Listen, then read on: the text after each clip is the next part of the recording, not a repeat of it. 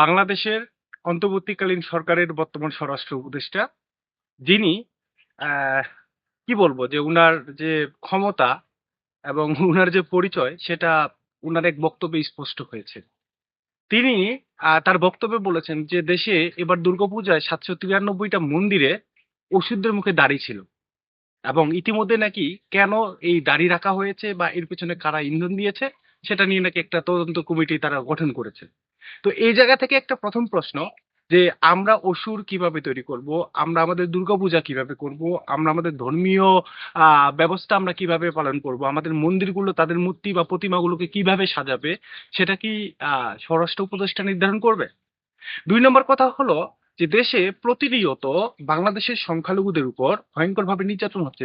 এগুলা বিষয়ে বাদ দেন। তিনি কি একটা পরিসংখ্যান দিতে পারবে যে এবার দুর্গাপূজায় বাংলাদেশে কতগুলো ঘটনা ঘটেছে যেখানে দেশের দুর্গা মন্দিরগুলো ভাঙচুর করা হয়েছে, দেশের প্রতিমাগুলো ভাঙচুর করা হয়েছে বা দেশের সংখ্যালঘুদের উপর হামলা করা হয়েছে, নির্যাতন করা হয়েছে, বাড়িঘর, ব্যবসা প্রতিষ্ঠান সবকিছু ভাঙচুর করা হয়েছে, লুটপাট করা হয়েছে প্রতিনিয়ত।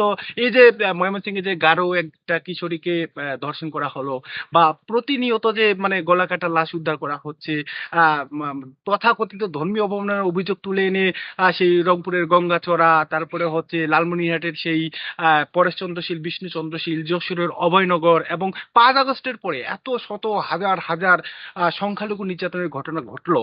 তো এই ঘটনাগুলোর সাথে যে সন্ত্রাসীরা জড়িত, যে ইন্ধনকারীরা জড়িত, তাদের বিরুদ্ধে কি কোনো তদন্তের ব্যবস্থা উনি গ্রহণ করেছে?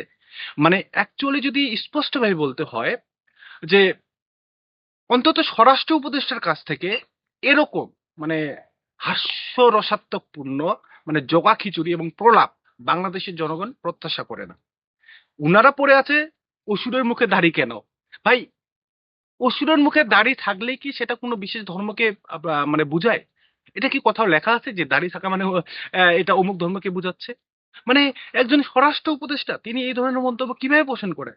যেখানে দেশের সাধারণ মানুষদের নিরাপত্তা নিশ্চিত হচ্ছে না, যেখানে দেশের মানে যে মৌলিক অধিকার নাগরিকদের, শুধু সংখ্যালঘুরা নাগরিকদের যে মৌলিক অধিকার সেই মৌলিক অধিকার বাস্তবায়িত হচ্ছে না। প্রতিনিয়ত দেশের বিভিন্ন আনাচে কানাচে লাশ মিলছে, প্রতিনিয়ত দেশে ছিনতাই, রাহাজানি, লুটপাট, ধর্ষণ সবকিছু হচ্ছে। সেগুলো নিয়ে তিনি পদক্ষেপ না নিয়ে তিনি পড়ে আছেন যে কেন 793টা মন্দিরে এবার অসুরের মুখে দাঁড়িয়ে রাখা হয়েছিল।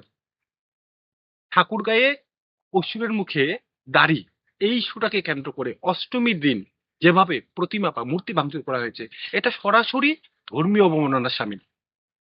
স্বরাষ্ট্র উপদেষ্টার দায়িত্ব ছিল যে যারা এই ঘটনাটি ঘটিয়েছে, যারা মানে পূজা চলাকালীন অবস্থায় প্রতিমার গায়ে হাত দিয়েছে বা প্রতিমা ভাঙচুর করেছে, তাদের বিরুদ্ধে ব্যবস্থা নেওয়ার। কিন্তু তিনি সেটা না করে তিনি বলতেছে তিনি এই 793টা মন্দিরে কেন অসুরের মুখে দাঁড়িয়েছিল এটা নিয়ে তিনি হচ্ছে তদন্তের নির্দেশ দিয়েছেন।